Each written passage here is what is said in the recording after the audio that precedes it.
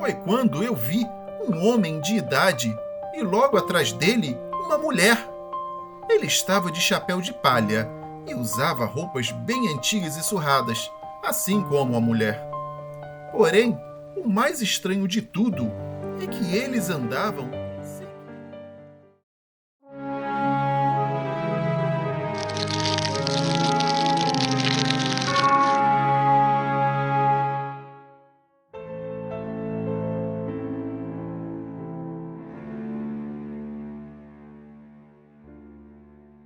Saudações! Eu me chamo Clarice e isso aconteceu comigo há vários anos. Havia entrado de férias e prometi para mim mesma que dessa vez as férias seriam bem diferentes. Já havia prometido que naquela quinta-feira iria para a fazenda da Claudinha, uma grande amiga minha que morava no interior do estado. Ela já estava aposentada havia alguns anos e eu sempre adiava uma visita a ela. Peguei o carro e rumei na direção da fazenda, a qual estava distante cerca de 250 quilômetros de onde eu residia, mas eu imaginava que valeria a pena. Precisava realmente me isolar um pouco e ficar sem nenhum tipo de preocupação, com família, trabalho ou coisa parecida. Estava na estrada há algum tempo e já era quase 1h da manhã quando o carro começou a engasgar e dar solavancos cada vez maiores, até que pifou de vez e assim parei no canto da estrada. Eu não acreditava que aquilo estivesse ocorrendo justamente comigo. Era muita falta de sorte, pois, segundo os meus cálculos, teria ainda pela frente mais uns 30 ou 40 minutos de estrada para chegar à fazenda. A única coisa que eu sabia é que não podia ser falta de gasolina, pois o ponteiro estava marcando ainda 3/4 e eu tinha enchido o tanque no caminho. Saltei do carro e até mesmo abri o capô, como se entendesse muito de mecânica, na esperança que eu pudesse ver algum fio solto ou sei lá o quê. Fiquei pensando no que eu poderia fazer naquele fim de mundo. Não havia nenhuma luz, nem ao longe, nenhum carro à vista. Não era uma estrada principal, e sim uma secundária. E pelo estado dela, ela não era muito utilizada. Não havia nem iluminação pública.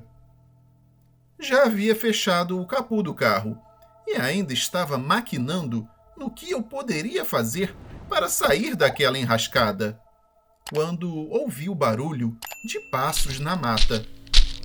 A mata era alta e ficava ao lado direito da estrada. Dessa maneira, eu não via absolutamente nada. Aquilo já me deixou alerta. Foi ainda pior quando eu comecei a ouvir vozes, mas eu não conseguia saber sequer de onde vinham. Foi quando eu vi um homem de idade e logo atrás dele uma mulher.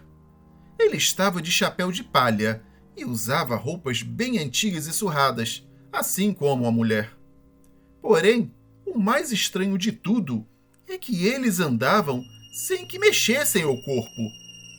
Quando chegaram mais perto, foi que eu vi que, na verdade, eles deslizavam pela estrada. Era como se os pés ficassem a alguns centímetros do chão. Aquele casal apenas deslizava para se locomover. Isso foi o suficiente para eu endurecer todo o meu corpo, depois de me agachar de tanto medo atrás do meu carro. Agora eu via nitidamente os dois acompanhando o sentido da estrada e descendo na direção oposta em que eu estava indo antes do carro enguiçar. Eram figuras humanas, mas não eram humanas no jeito de andar. Elas simplesmente deslizavam de maneira suave e vagarosa. Eu estava totalmente apavorada e paralisada com o que eu estava vendo. Era totalmente cética e jamais havia acreditado em histórias sobrenaturais. Eu sempre achava que as pessoas fantasiavam muito essas coisas. Só que agora era eu quem estava presenciando aquele fenômeno paranormal. Fiquei por mais uns 10 minutos agachada e as figuras já haviam até sumido há algum tempo, mas eu simplesmente não reagia. Foi quando os meus joelhos começaram a doer demais que eu comecei a me movimentar, para ver o que eu poderia fazer para sair dali. Nesse meio tempo, eu ouvi o som de uma respiração ofegante e pesada, só que ainda ao longe. Eu olhava e não via ninguém ali, mas o barulho de respiração parecia estar chegando até mim, vindo exatamente na minha direção. Não precisou de mais nada. Eu me meti dentro do carro e tranquei as portas. Eu estava chorando de puro terror. As minhas mãos tremiam muito e estavam completamente úmidas.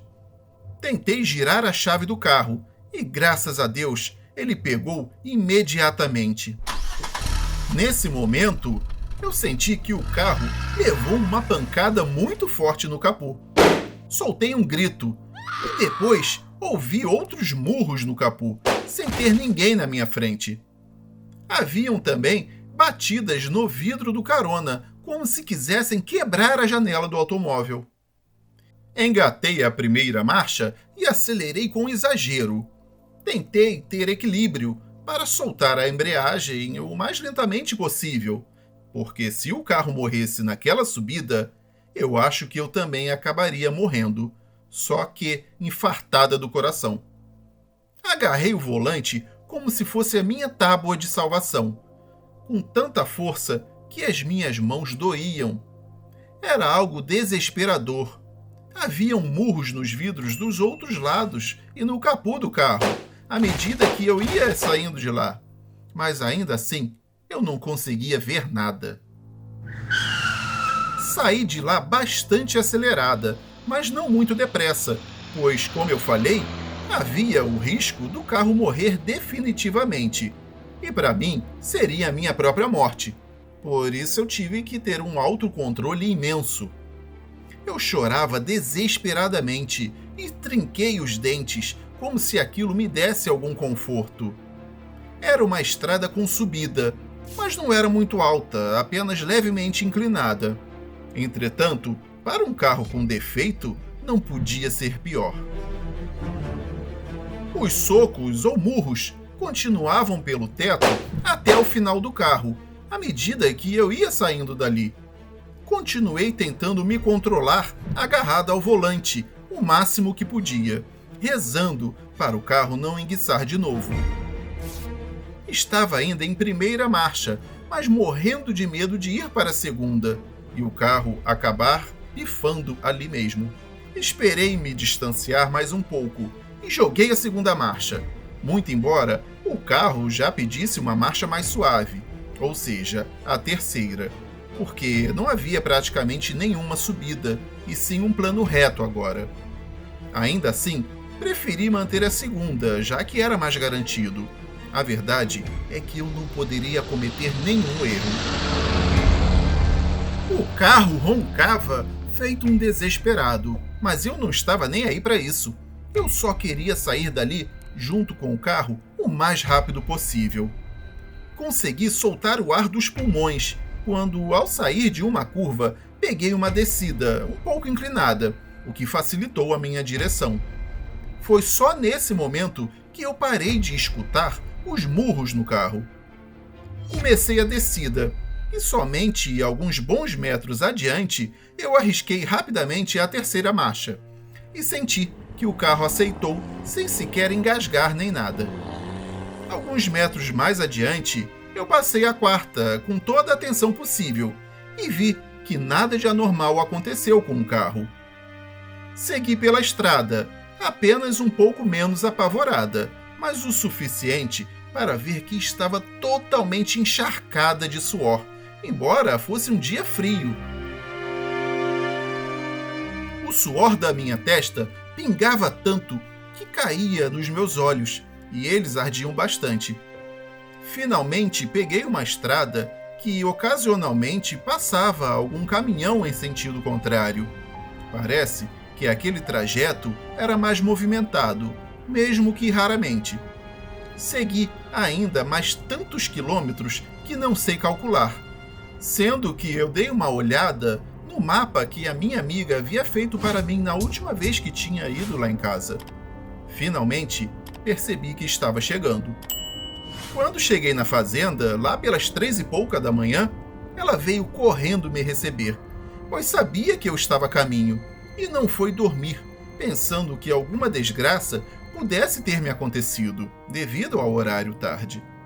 Quando ela olhou o meu estado lastimável, realmente viu que algo de horrível havia ocorrido, sendo que, nesse momento, eu apenas quis abraçá-la.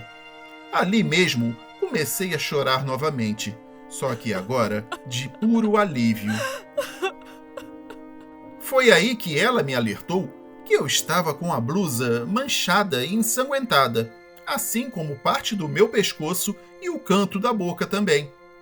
Ao observar melhor, já dentro da casa, eu vi no espelho que, com o grau de desespero que eu estava e na tentativa de fazer o carro sair de lá, eu trinquei tantos dentes que mordi a bochecha por dentro. Foi uma experiência horrível. Parecia que eu ia morrer de susto, morrer no sentido real mesmo. 2 dias depois, eu e a Claudinha levamos o carro em um mecânico que era seu conhecido, e ele não viu nada de anormal no veículo, dizendo que estava em perfeitas condições, inclusive em perfeitas condições para a viagem de volta. Ele deduziu que pode ter havido alguma sujeira dentro do tanque de combustível do carro e que tivesse sido sugada e entupiu parcialmente o carburador do carro. E a lataria do automóvel, que eu pensei que estivesse toda amassada, estava completamente normal, com exceção de uma pequena marca na traseira do lado do motorista. Mas essa eu tenho quase certeza que já existia antes do ocorrido. Bom, após passar 2 semanas tranquilas com a minha amiga, chegou o dia de retornar. Como segurança, o seu tio, que era um grande conhecedor da região, foi me acompanhando em seu carro por uma boa parte do caminho, só por garantia. É claro que eu também resolvi fazer o caminho de volta durante a parte da manhã. O que foi aquilo tudo que aconteceu, eu não sei dizer, mas de uma coisa eu tenho certeza: aqueles foram os momentos mais assustadores de toda a minha vida.